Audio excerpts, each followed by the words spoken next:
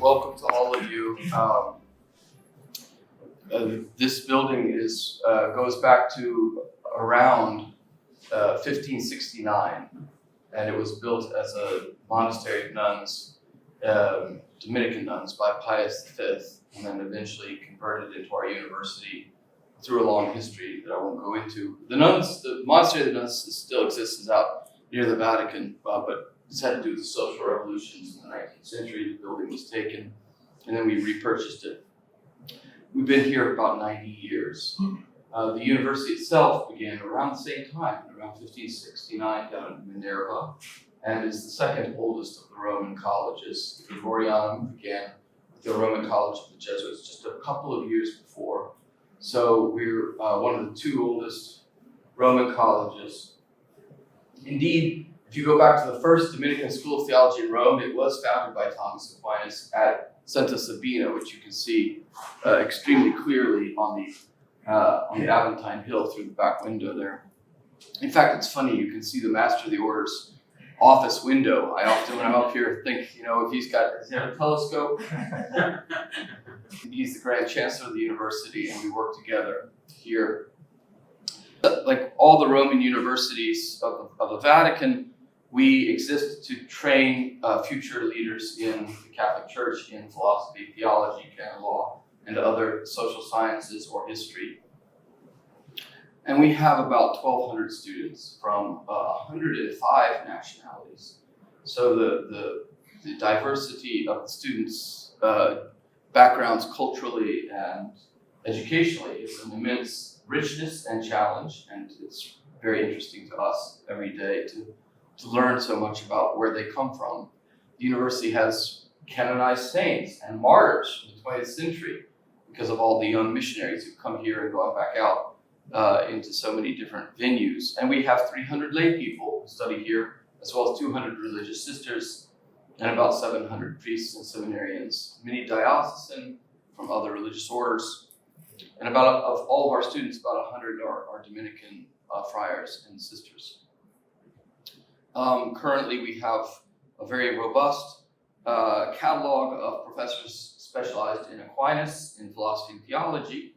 Believe it or not, that's not always assured. It's not always easy to maintain, but right now, happily, we have that.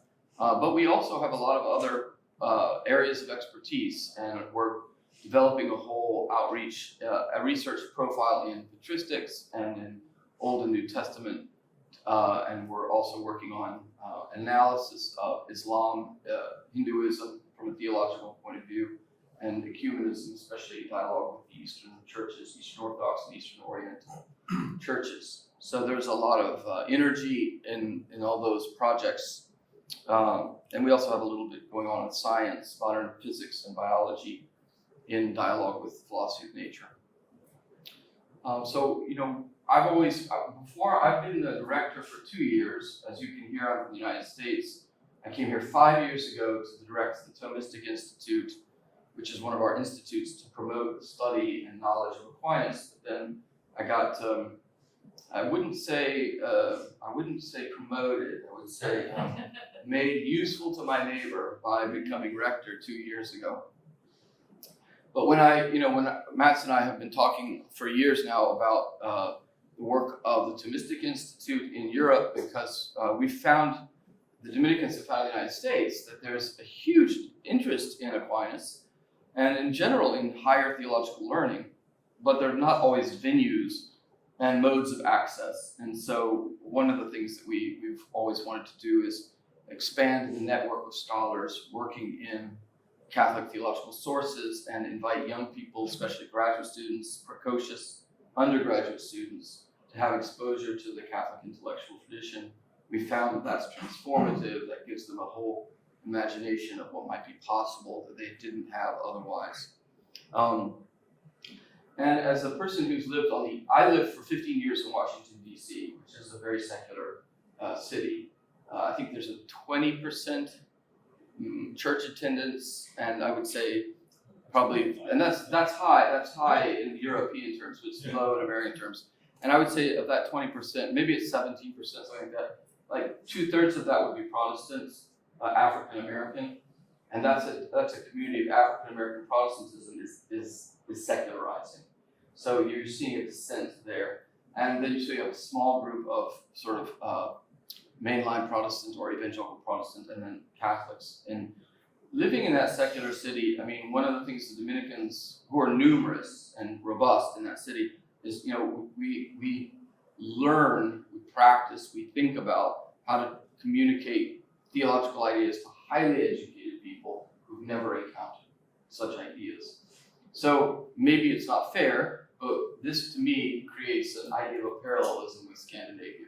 Because I think that in Scandinavia, you know, you're looking at the challenge of, I still think in terms of the new evangelization, I mean, promoting Christianity in places where people could discover it as something new and strange, which I do think is the future, you know, in a way, for Europe and for the United States.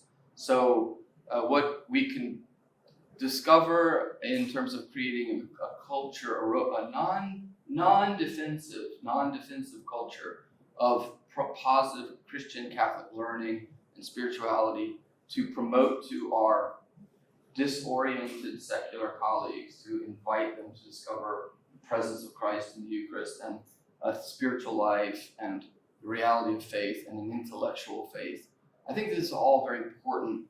I don't think this quantity is really the issue. I think the issue is finding the right qualitative formulae in groups that can then, you know, invite and create networks.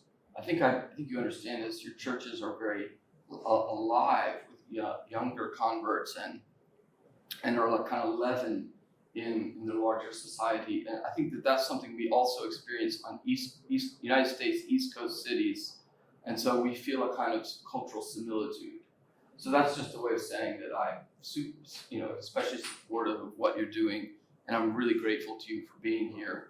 You happen to be here. It's a little hot still, but you happen to be here in the most beautiful month. October is the most beautiful month of Rome. The light is wonderful, and you have good views in this room for sure. Some famous views, and you know, so we hope this is part of an ongoing collaboration for time to come. You know, that we can find ways to help you and that you can help us, because we also want to profit from all you're doing. And send us students. You know, we want Scandinavians here writing, teaching, studying, and so forth.